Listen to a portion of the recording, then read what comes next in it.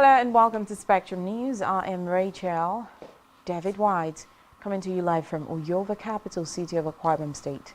Let's take a look at the headlines.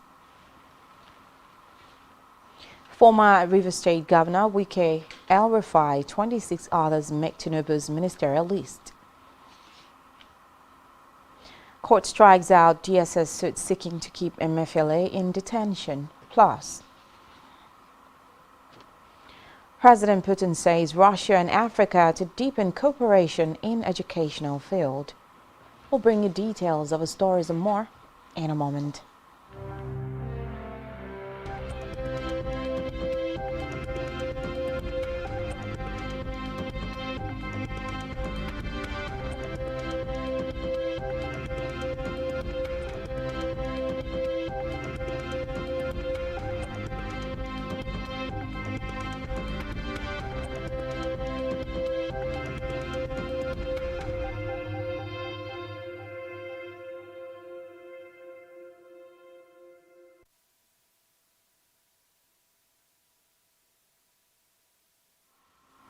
We begin the report today with Nigeria's leader grievances rather than embark on an industrial action. The Speaker of the House of Representatives, Tajuddin Abbas, met this disclosure after he laid members of his leadership to brief the President on the outcome of their engagement with the National Association of Resident Doctors, NARD, which has declared a nationwide strike action. Meanwhile, the Special Advisor to the President on Energy, Olu Viheije, also met with leaders of the Nigeria Labour Subsidy removal. Away from that, the former governor of Rivers State, Nyesom Wike, has met President Mahi, former Kaduna State Governor Nasir El-Rufai, and presidential spokesperson Dele Alake also met the list. And the Senate President, Godswill Akpabio, thereafter read the ministerial list with 28 nominees. On judicial matters now, High Court in Abuja has dismissed a request filed by the DSS to a 14-day extended detention order for the suspended Harvard. Reports say the application was filed by the DSS legal team yesterday and came before the vacation judge today. Justice Muazu dismissed the application, citing it as an abuse of court. Acting Inspector General of Police IGP Kayode Egwetukun has pledged his administration's commitment to enhancing the police reform and transformation of his portal. The IGP met the commitment when, according to a statement by the full spokesman, CSP Olumiyua Adejobi, the IGP reiterated that the portal's comprehensive training, enhanced logistics support, and modernization of policing practices. The IGP noted that under his leadership, the NPF recognizes the need for progressive reforms. In another development, Bayelsa State Governor Duo Duri has sworn in 8 local government caretaker hall in Yenagoa. The governor charged the new appointees to reside in their council areas while carrying out their official duties. Back here, Akwa Ibom State Governor Pastor Omoina has warned that his administration will not entertain any form of excuses. Governor Eno stated this at Ibom Icon and Golf Resort at the first ever policy meeting was packaged intentionally before constituting and assigning portfolios to would-be members of the State Executive Council to ensure all different sectors. The governor, while thanking the former Minister for Power, to pay rapt attention and take the deliberations seriously in order to be able he can, adopting strategies recommended by experts in the course of the policy summit to ensure full implementation of goals packaged in the Arise Agenda documents for the good of the notes. There were reasons why we didn't put portfolios, because back from the retreat and set the time, please. So it's best we sit here now. I'm going to sit through. I just need to thank you so.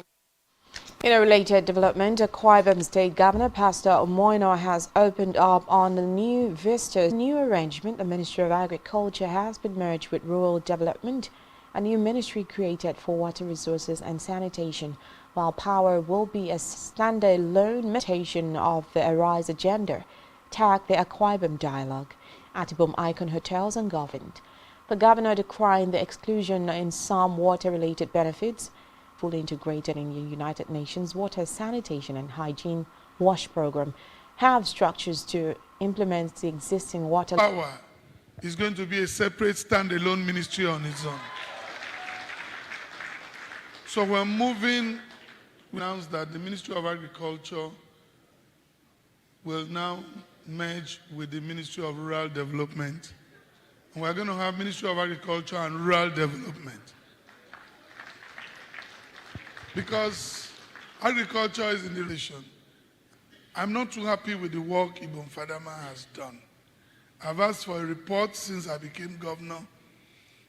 The working capital, the share, and we are still keeping that management. We need a brand new management that we will be able to work together and link.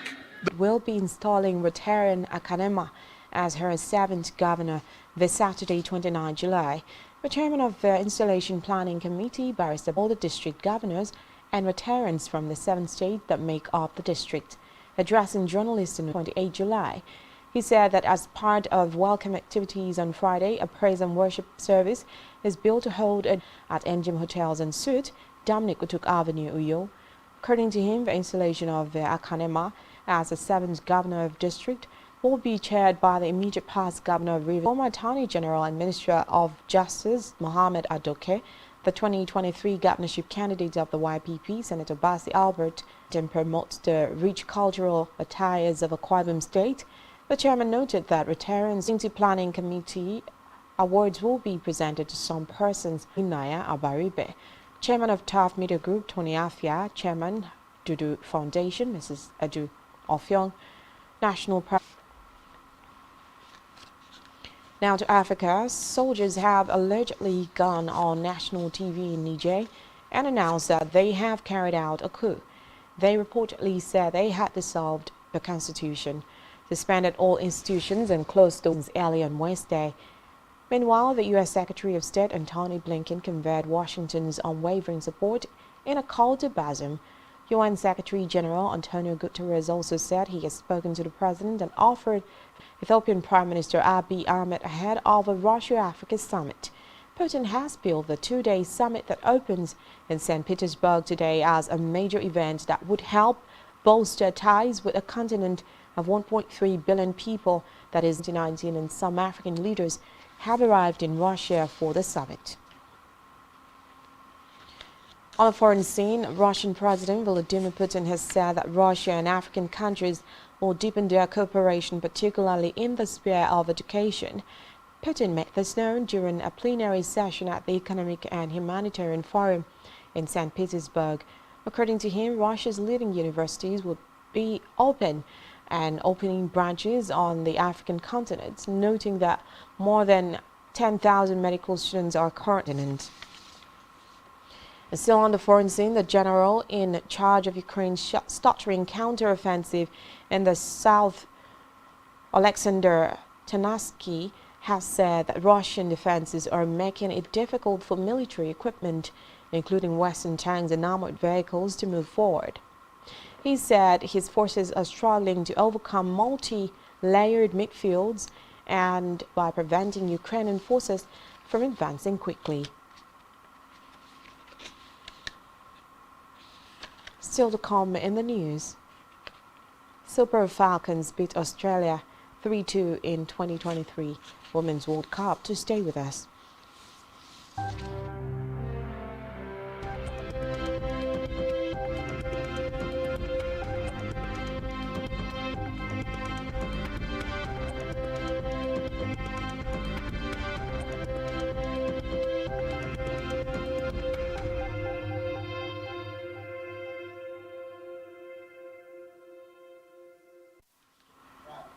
Many thanks and welcome back.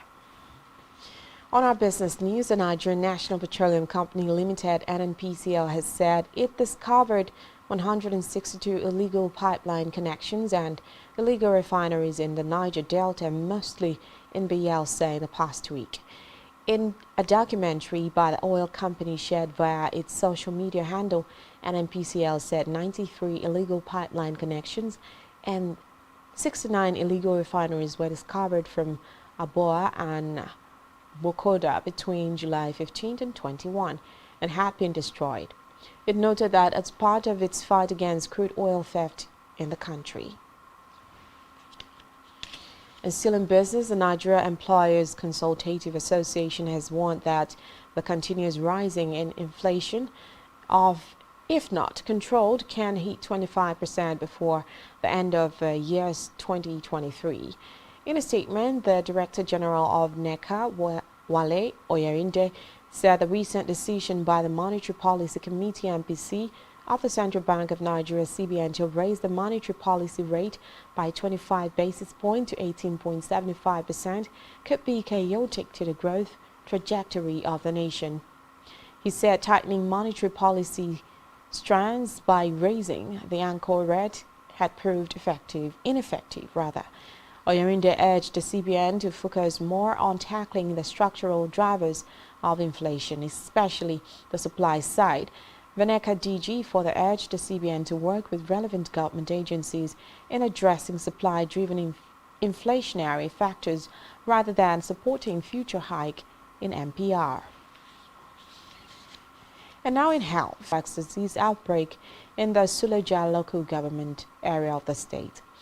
This followed a motion of matters of urgent public importance brought before the House by the member representing Suleja constituency, Motor Badaru.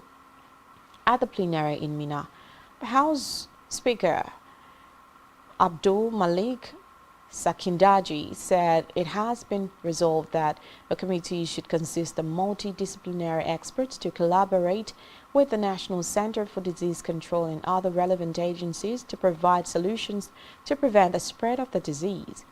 He directed the Ministries of Livestock and Transport to collaborate with the police and other security agencies to intensify surveillance on farms, markets, abattoirs, and movement of livestock within the state.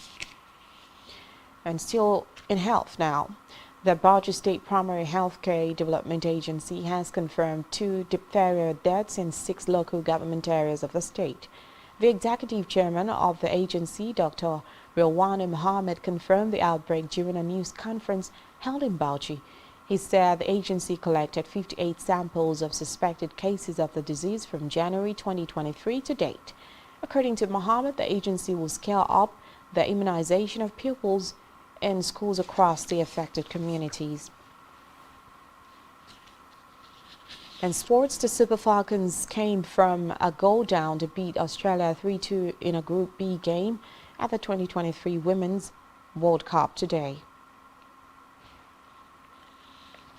Emily Van Egmond gave the Maltesers the advantage just into extra time in the first half after a poor clearance from the Nigerians.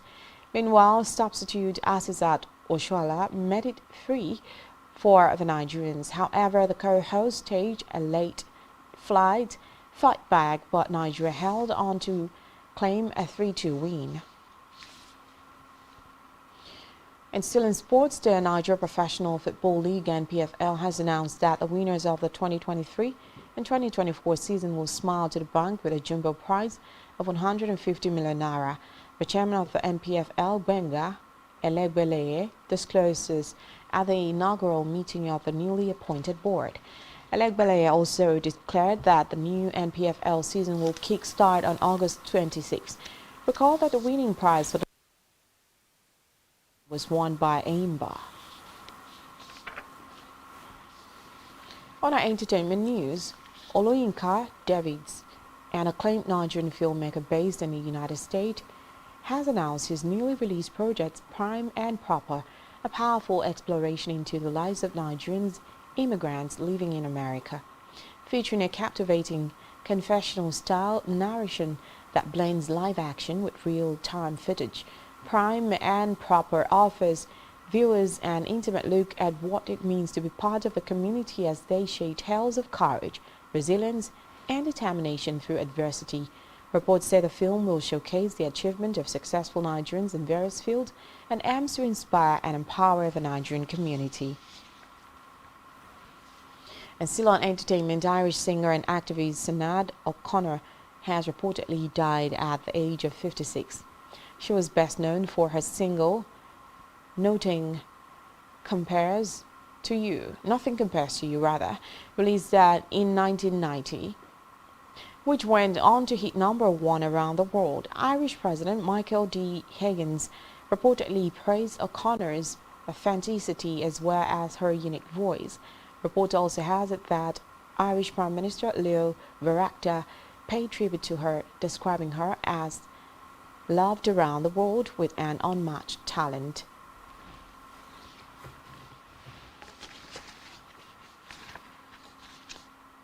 That's all we have for you at this time. Do ensure to follow us on social media and subscribe to our YouTube channel, all of which you can find on our website, spectrumtv.ng. You have been watching Spectrum News at 2. I am Rachel David White.